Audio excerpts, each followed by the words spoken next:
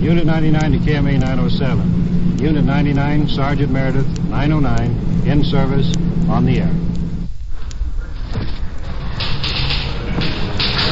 This is Sergeant Dan Meredith of Unit 99 at Headquarters, Police Department, City of Sacramento, California. My detail is to ride in Unit 99, our tape recorder-equipped radio car, and to respond whenever the dispatcher transmits a signal to one of our other units on duty somewhere in the city. At the scene, we make the recordings which we provide for this program. Now, to tell you more about Unit 99, here is our chief, James V. Hicks, Sacramento Police. The job of a police officer is your protection. The cases you hear on this radio program are real cases. The police are real. The victims and the criminals are real. We are glad to provide Unit 99 and Sergeant Meredith so that you will hear how the police of a great city work night and day for your protection. Make no mistake about it. There are no actors on these tapes. They are real from beginning to end. Now to Unit 99 and Sergeant Dan Meredith on duty. Unit 99. 99, go ahead. 924 Detectives, 99. 924 Detectives, roger. KMA 907. We got a couple of pretty good safe men the other night. One's a real pro. We're going to talk to him.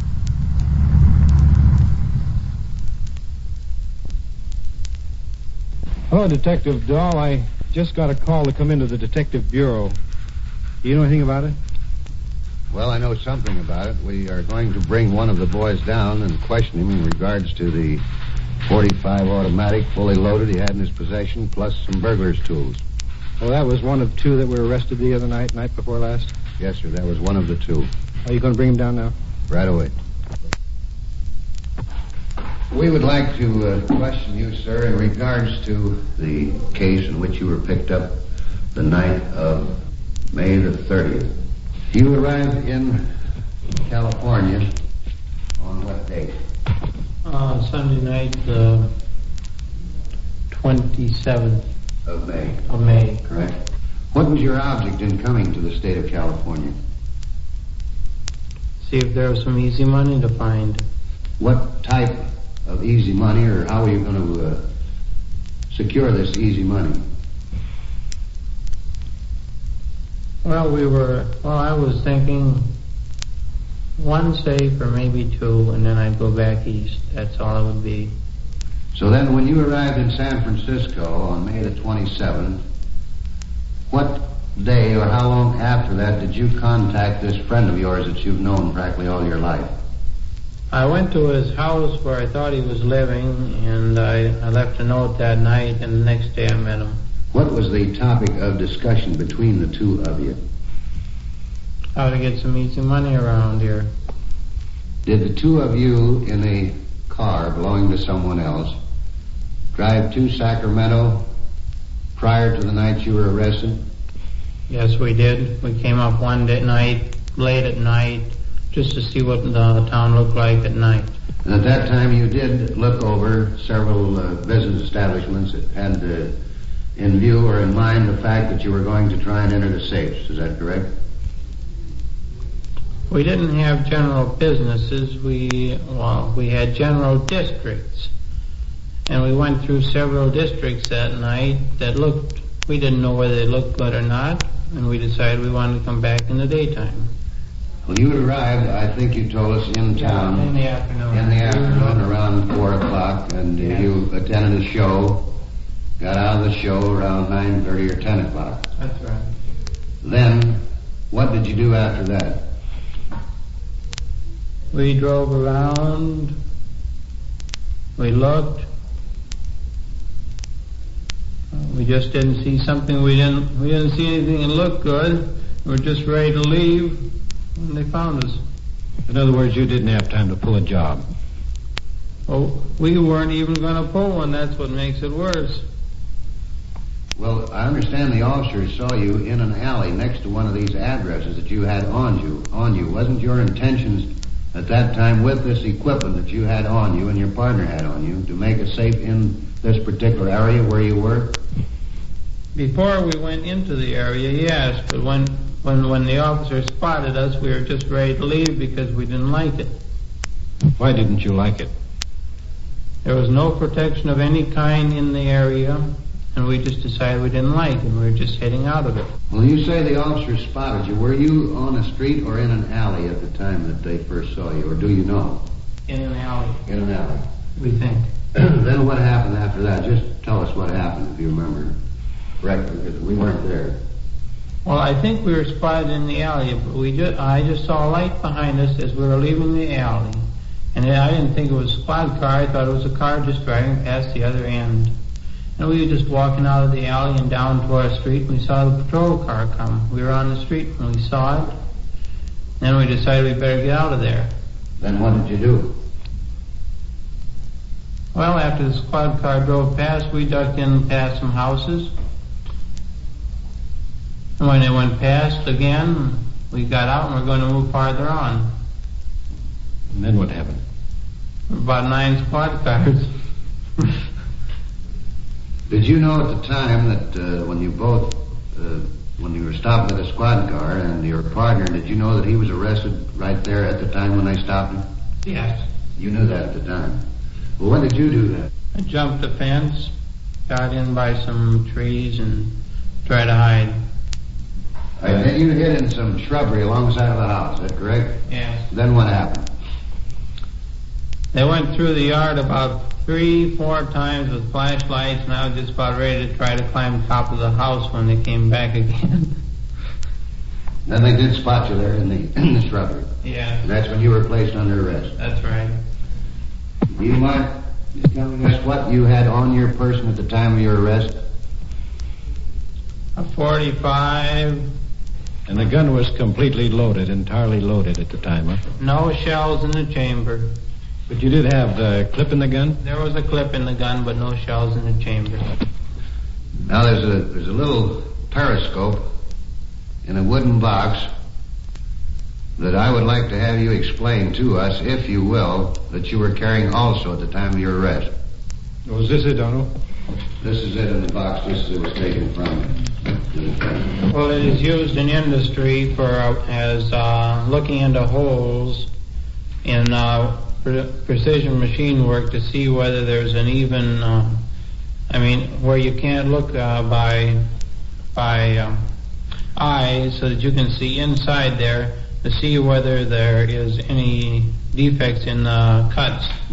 3/8 of an inch in diameter, 10 inches length for practical purposes. That's the rod here. Yes. And it has 2 lenses. One is a prism, and the other one is an offset optical lens.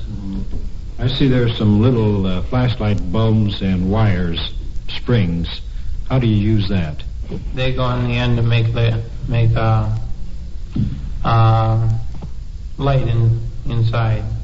What purpose were you going to use this instrument? That's fairly obvious. Well, explain it to us. Well, if you can see what's inside of a safe, then you know that's all there's to know. How would you be able to see inside of a safe? By making a hole in the safe. Boring it or knocking the dial off? Boring it, naturally. And could it be used, too, to check the tumblers in the combination? Yes, it could. This particular night that you were arrested, you were carrying these guns, were you not? Yes. What was the purpose in carrying these guns? Fear more than anything else. Fear? Usually, if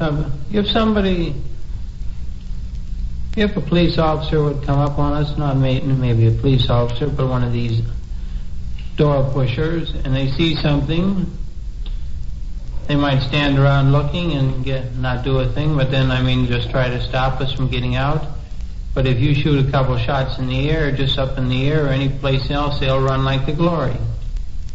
Well, the night that you were picked up, there were a couple of officers that overtook you and your partner. When you were hiding in the bush in this backyard, did you think of using that gun? There was no shell in the chamber, and I had over 10 minutes to put a shell in it if I would have wanted to use it. When you went to case a job or look over a safe, You always had in mind that the safe had to have considerable money before it'd be worth the effort to open it. Is that correct? Yes, for the last, since way back, that's the way I believed. In other words, what would be a amount that you would set it at, but the smallest amount before you would open a safe? That is, by your own opinion, by looking at it. In the business, I'd say $2,500 to $5,000. I'd go in between those sums. In other words, you wouldn't care to go in the operation, work on a safe for $500 or $800 or $1,000. No, why waste your time on something small when there's some big ones around? After you've been prosecuted in court on this particular case, have you any plans on continuing this kind of life? I figure I'll have 4 or 5 years in jail at least. And in that time, I got about 2.5 years of civil engineering studying. And I figure I can find out enough knowledge in the time I'm in jail to get myself a decent education. What are the charges that you and Sergeant Lyons are going to file against this man now? The charge has already been filed. One of them is en route to the FBI, and the other one is a penal code section of the state of California, section 12025, which is an ex-convict in possession of a firearm. Also, possession of burglar tools. Sometimes, I think, good police officers have a sixth sense. There was no obvious reason for the patrol car officers to be suspicious of the two men they observed on the sidewalk. But the fact that they were suspicious and returned for a second look provoked the suspects into betraying themselves. The man you just heard was a professional, and there is no doubt that his timely arrest prevented a series of safe robberies. He was turned over to the FBI for prosecution in Michigan. Unit 56. 901 and possible 502 at 10th and N Nora. Check came in on a 7. Possible drunk driver involved in an accident. Let's take a look at it.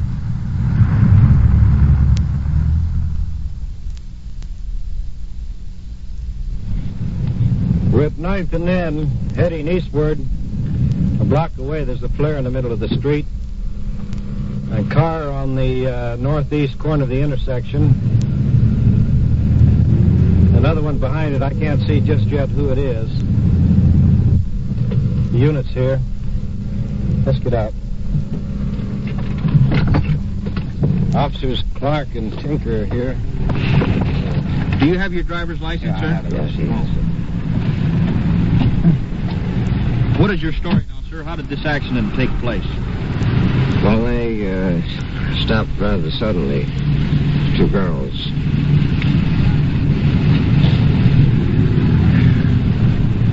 So I can say. How close were you following this other vehicle? Well, I say about 15 feet. About 15 feet, and what was your approximate speed? About 25. About 25 miles an hour? Yeah. Have you been drinking tonight, sir? I had a couple of beers, yes. Mm-hmm. How long ago, sir? Well, I would say an hour. An hour ago? Approximately an hour, yes. That's when you had your last drink. Yes, sir. Where's the other car that's involved? The other car is parked across the intersection. It's on the north-hand side of the street, parked legally at the curb. Well, here comes Officer Tinker. Maybe he might tell us something about their statements. No, I haven't called a tow truck. Is there any special tow truck you'd like to have for your car? You won't be able to drive it. It's pretty well smashed up. Have you any idea who you'd like to have your car sent to? Yeah. Governor Knight. Governor Knight? Yeah. Why Governor Knight? Because he's a friend of mine. He's a friend of yours? Yeah. Well, what's he going to do with your car after he gets it? Throw it in his garage. Well, I don't think you'd do that. Now, would you want to bother the governor at this time? Yeah. Clark, Yes, this sir. gentleman would like to have his car sent to Governor Knight. You think that we could do that? Why not? Well, that wouldn't be wise, though. Truthfully, would it? See? Uh-huh. You talk first. Well, how about giving the officer the garage to where you'd like to have your car sent? Well, as a matter of fact, let's do it this way. Okay. Will you do me a favor? Do the best we can. All right. Call Governor Knight. I'll tell you what we'll do, Clark. We'll try to do something for this fella. Do you want to have him taken in and have him checked for injuries and such? Yes, Dan, we are. We're going to take him in and have the doctor examine him. Okay, then. The other car gone, Tinker? Tinker, is the other car gone? What did the driver of that car say? She was stopped for the red light. She didn't know anything about the accident until it happened. She was sitting there waiting for the light, and the impact surprised her because she didn't even see the car in the mirror. In other words, she was stationary at the time. Yes. What do you want me to say? Well, I'd like to get your statement now on how this accident occurred. Well, I'll say what you want me to say. Did you see this other car at all before you Of course stopped I it? saw it. How far away was your car from it? About 15 feet. 15 feet. And your estimate speed, sir, at that time when you realized the danger? Well, for goodness sakes, I mean, make it the way you want it. Just call Governor Knight. You're making such a big thing out of a small situation. Medical examination established that this man was intoxicated. He was charged with drunk driving and paid a $263 fine to avoid 60-day jail sentence. Incidentally, the governor was not notified. Unit 99. 99, go ahead. 92499. 940. Unit 56. 924. Check 99. Came in on 07. Traffic units must have something for us.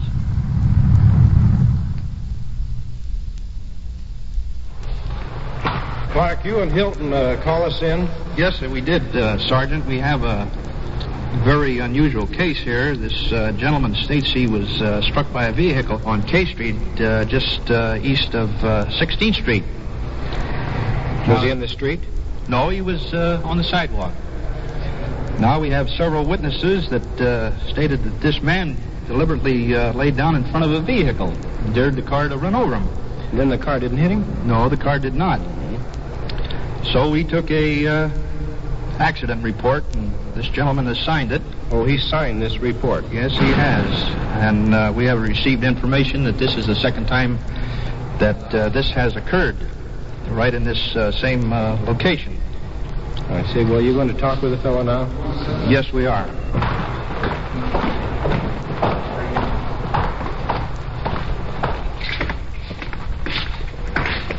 Hi, Captain Richer. Hello, Sergeant Meredith. You want to come in here? Will you tell us what happened down there at 16th and K? Yes, I was walking home from Sam's Hospital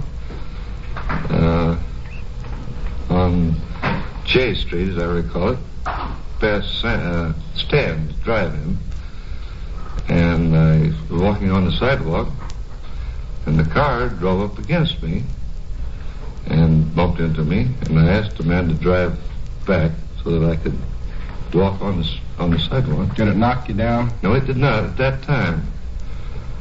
And I asked him to back off, and when I asked him to back off, he drove forward and knocked me down.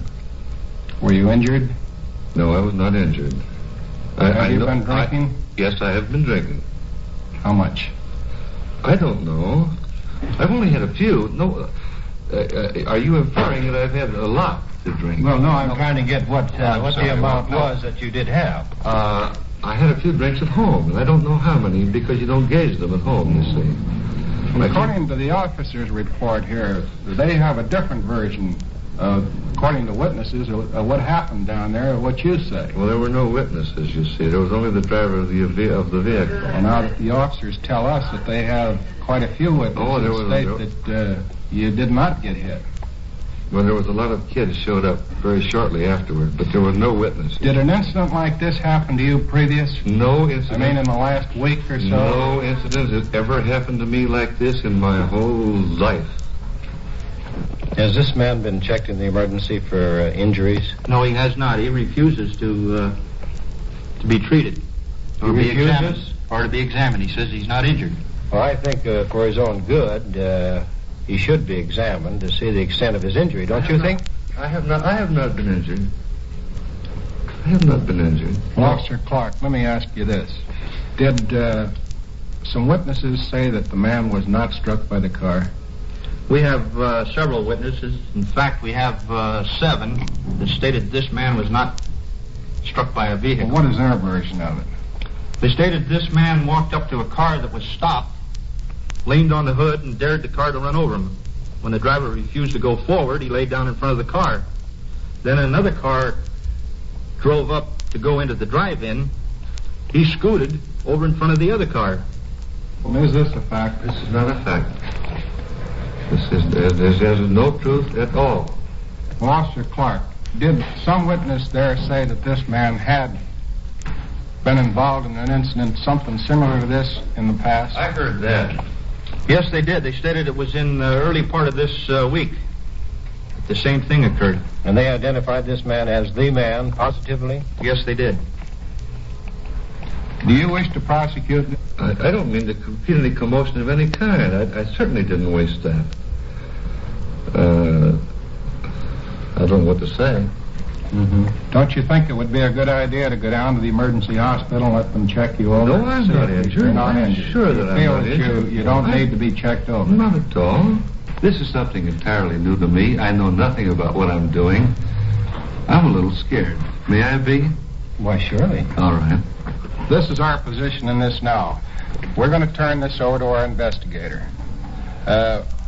And we have so many conflicting witnesses in this. That is, witnesses that say that you wasn't struck by this car. And you have signed a report that you were. Now, that's a false report. We're going to turn this over to our investigator, and it may be that they will issue a warrant for your arrest for filing a false report. This was an unusual case for which there is no logical explanation. The preponderance of evidence was against this man. He was fined for filing a false report. This is Unit 99. These on-the-scene tape recordings were provided by the Sacramento Police Department and were made on duty by Sergeant Dan Meredith in Unit 99. Your host is Chief James V. Hicks of the Sacramento Police Department. KMA 907, Sacramento Police. Unit 99. Are you in the clear? Unit 99 to KMA 907. Unit 99, Sergeant Meredith, 909, in service, on the air.